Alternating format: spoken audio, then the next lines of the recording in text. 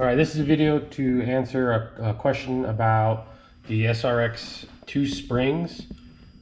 So what I have here is blue front springs, blue rear Astros, and blue rear dirts or long springs.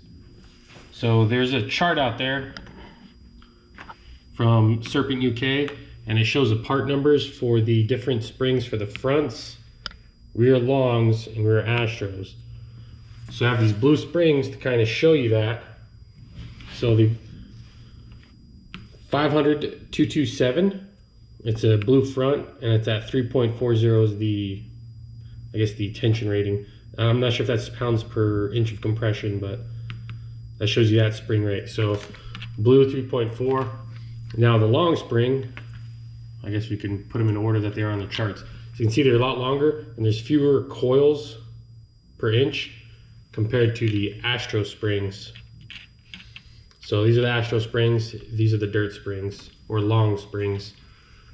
So it's a rear long, part number is 500-233 with a coil rate of 2.3. Now if you compare it to the Astro spring 500-357, its rate is a 2.1.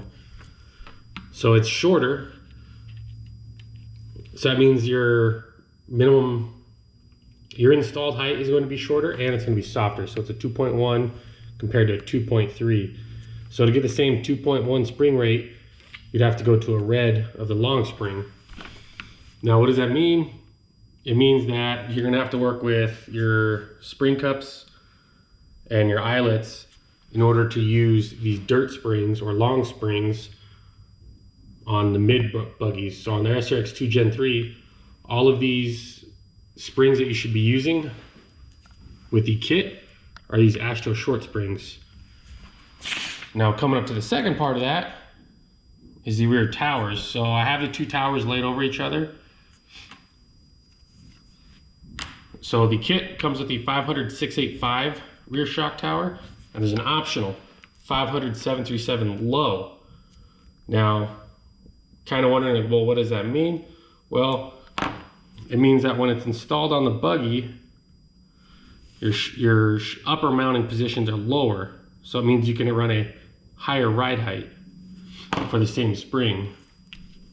So if you were to use this taller shock tower, you would have to more than likely use a dirt or the taller springs in order to have control over that control arm. So you kind of, if you're not going to swap the shock towers, then you should change the springs in order to keep control. But it's not the same as just going across and, you know, blue for blue, because they do have different spring rates. So when I ran the other day, I was at Hobby Action. I was running the 500-737 tower, so which moves your shock lower on the shock tower, your upper position lower. So I was able to use the same kit, spring cups and eyelets, and the different springs, and I still had adjustment. If I would have used the regular shock tower, the 500-685, and kept the eyelets and spring cups, I'd have needed to use the longer springs in order to still have adjustment. So the issue is that if you run the taller tower or the low tower, so you can run higher ride heights, if you use the Astro springs, your collar will be turned all the way down or a lot further and out of adjustment, so that when you're at full stroke or maximum droop, the coil spring's not actually doing anything. So the coil could be just floating in there, and it might have 3 or 4 millimeters before it actually starts engaging. So these are kind of made to be used together. You really don't need to use the long springs anymore if you have the tower and you use the Astro springs. So my recommendation is sticking to the Astros. Even if you're going to go to dirt or to a looser grip surface like a wet outdoor track, I would still run the rear Astro springs but I would change and use a different shock tower so that you can still not have to change your cups, not have to change your eyelets.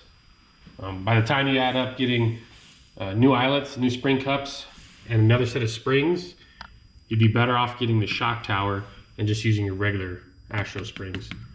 So I hope that answers your question. If you have more questions, I can try and answer them for you. Again, thanks for watching, and I'll make some more videos. Thank you.